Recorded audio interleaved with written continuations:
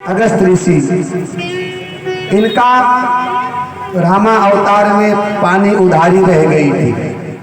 रामा अवतार में इनकी पानी उधारी रह गई थी।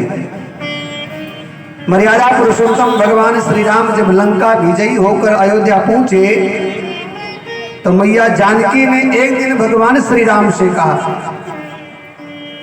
कि हे करुणा निधान, कोई ऐसा ब्राह्मण लेकर के आओ जो थोड़ा ठीक ठाक भोजन करे।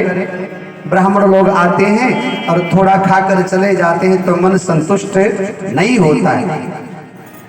ब्राह्मण देवता घर में आए और बैठ करके बढ़िया सुंदर तरीके से यदि प्रसादी पाए तो जजमान बड़ा खुश होता है ना। और थोड़ा बहुत आए मुंह उठा करके चले जाएं तो जजमान को संतुष्टि नहीं हो पाती है।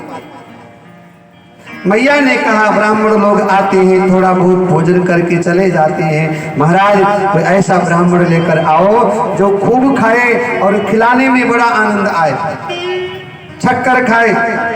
भगवान श्री राघवेंद्र सरकार ने मैया से कहा ठीक है, मैं ऐसे ब्राह्मण की तलाश करता हूं। और एक दिन सरकार ने साहब बुला लिया अगस्त ऋषि को और भगवान ने इशारा कर दिया कि बाबा थोड़ा दबा के खाना, थोड़ा सा दबा के खाना। बोले चिंता ना करो सरकार, आपके इशारे को मैं समझता हूं। तो भैया सीता जी परोस रही है भोजन, रसोई में से ला करके खुद ही बनाया था, खुद ही परोस रही है। अब जितना बनाया था सीता उर्मिला मांडवी श्रुति कीर्ति लगी हुई है, सीता मैया परोस रही है। जितना बन रहा है उतना सब खाए जा रहे हैं, जितना बन रहा है खाए जा रहे हैं। बाबा इतना खा रहे हैं पता नहीं चल रहा है पेट है कि कुआं है।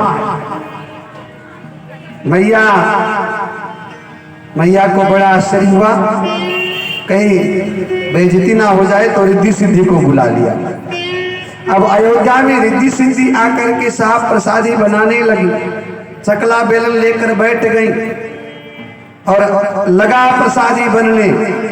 अगस्त ऋषि प्रसादी खा रहे हैं, रिद्धि सिद्धि बेलन चला रही है, सीता जी परोस रही है, उर्मिला सुरुचि कीर्ति मांडवी लगी है भोजन बनाने में। उधर साहब जो घर का राशन था ना वो खत्म होने के कागार पे पहुंच गया, लेकिन इधर पेट नहीं भर रहा। मैया बड़ी परेशान। मैया ने सरकार से कहा ये ब्राह्मण कितना खाएगा। सरकार बोले पहले तो कहती हो ठीक ठाक ब्राह्मण लेकर आओ जो थोड़ा खाए, और जब ठीक लेकर आया तो सवाल कि कितना खाएगा। मैया ने कहा सरकार रसोई में जो स्टॉक था खत्म होने वाला है, बड़ी बेइज्जती हो जाएगी, कोई उपाय ढूंढो। तो भगवान ने कहा मैं क्या बताऊं, क्या कह दूं कि मत खाओ, ये भी तो ठीक नहीं। अरे ब्राह्मण आया तो भरपेट भोजन। मैया ने कहा फिर बेइज्जती होने के सिवा कोई विकल्प नहीं है। भगवान ने कहा चलो हम करते हैं कोई उपाय। भगवान जाकर बोले महाराज आधा पेट हो जाए तो पानी पीना चाहिए। बाबा बोले अभी आधा पेट हुआ ही नहीं, होगा तो बता देंगे। सरकार जाकर बोले अरे जानकी अभी आधा पेट भी नहीं हुआ है। मैया ने कहा फिर तो हो गया कल्याण, अभी आधा पेट नहीं हुआ। भगवान ने मैया को परेशान देखा, बाबा को जाकर तुलसी पत्ता थमा दिया और इशारा कर दिया थोड़ा सा रहम कर। बाबा ने हाथ रखा पेट पर, डकार लिया और बोले आधा पेट हो गया है, अब पानी लेके आओ। भगवान ने मैया से कहा पानी पिलाओ बाबा को। मैया बोली महाराज भोजन के लिए बुलाया था, पानी के लिए नहीं। क्योंकि मैया को मालूम है खाए तो इतना खाए सारा भोजन खत्म हो गया, और जल पिएंगे तो कोई सरजू ना सोख ले। प्रभाव को जानते हैं, ये वही अगस्त हैं जिन्होंने 3 अंजलि में सागर को पी लिया था। इसलिए मैया ने कहा जाकर कह दो भोजन का न्योता था, जल का नहीं। पानी नहीं मिलेगा, भोजन का केवल निमंत्रण था, केवल भोजन का।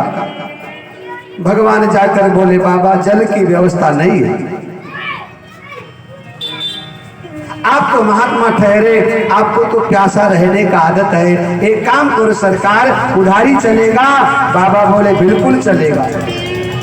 भगवान बोले जब मैं द्वापर में कृष्ण बनकर आऊंगा, गोवर्धन लीला रचाऊंगा ना, उस समय तुम आ जाना और तुम्हारा भी काम हो जाएगा और हमारा भी काम हो जाएगा। आज भगवान कृष्ण ने अगस्त ऋषि को बुलाया, बोले बाबा आओ बैठो, उधारी चुकता करने का समय आ गया है। अब भैया अगस्त ऋषि बैठ गए अंजलि बांध करके। अब जितना पानी आता है साहब सब सोखते जा रहे हैं, सोखते जा रहे हैं, सोखते जा रहे हैं। इसके ऊपर भगवान ने सुदर्शन चक्र को बिठा दिया, जो पानी आए काट पीट करके समुद्र में फेंकते रहे ना। हमारे ब्रज क्षेत्र में एक बूंद पानी भी नहीं आना चाहिए, बिल्कुल भी नहीं। भैया ऐसे ही हुआ। इधर नंद बाबा ने कृष्ण भगवान को बुलाया, लाला अब कैसे होगा हमारी सबकी रक्षा, कौन रक्षा करेगा? भगवान ने कहा चिंता मत करो, हम सभी लोग गोवर्धन भगवान की शरण में चलेंगे और गिरिराज धरण प्रभु तेरी शरण। ऐसी प्रार्थना करते करते गए। कृष्ण भगवान ने कहा चिंता मत करो, हम सब मिलकर गोवर्धन पहाड़ को उठा लेते हैं। नंद बाबा ने कहा अरे लाला ये पहाड़ कोई खिलौना थोड़ो है। भगवान ने बोले थोड़ा थोड़ा आओ, कोशिश तो करो। और सरकार ने गोपियों को बुलाया, ग्वाल वालों को बुलाया और सबसे छोटी उंगली पे सरकार गोवर्धन नाथ भगवान को धारण कर लिया करते हैं। यहाँ भगवान का नाम पड़ गया गिरधारी। बोलिए गोवर्धन नाथ भगवान की जय।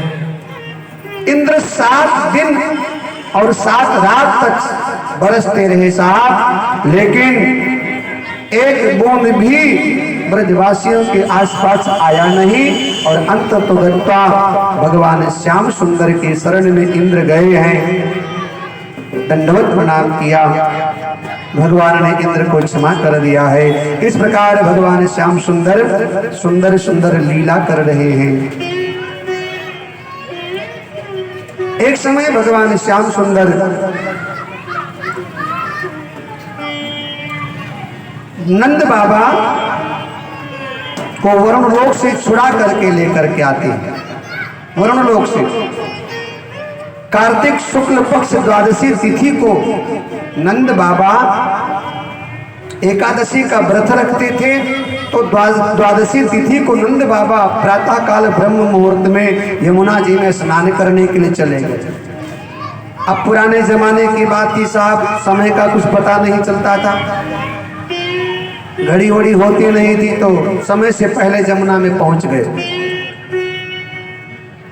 रात्रि को नदियां भी सोती हैं, प्रकृति भी सोती है, इसलिए रात्रि के समय प्रकृति से छेड़छाड़ नहीं करना चाहिए, नदियों से छेड़छाड़ नहीं करना चाहिए। कुछ समय नंद बाबा यमुना में स्नान करने के लिए चले गए। उस समय वरुण देवता के सेवक पहरा दे रहे थे, तो वरुण देवता के सेवक नंद बाबा को लेकर के वरुण लोक को चले गए। इधर ब्रजवासी भयभीत हो गए, उनको लगा बाबा डूब गए, चीख पड़े, कृष्ण भगवान को पुकारा, तो कृष्ण भगवान यमुना में कूद गए। यमुना के माध्यम से कृष्ण भगवान वरुण लोक हो जाते हैं। वहां वरुण लोक में जाकर भगवान ने नंद बाबा को देखा, कृष्ण आए हैं। ये देखकर वरुण देवता स्वयं खड़े हो गए, अपने आसन पर भगवान को बिठाया है। इस दृश्य को नंद बाबा ने अपनी आंखों से देखा और नंद बाबा इस दृश्य को देखकर साहब हतप्रभ रह गए कि भगवान श्याम सुंदर की सेवा में वरुण देवता स्वतः कूद कर खड़े हो गए हैं। इस प्रकार भगवान श्याम सुंदर बड़ी सुंदर सुंदर लीला कर रहे हैं। वृंदावन बिहारी लाल की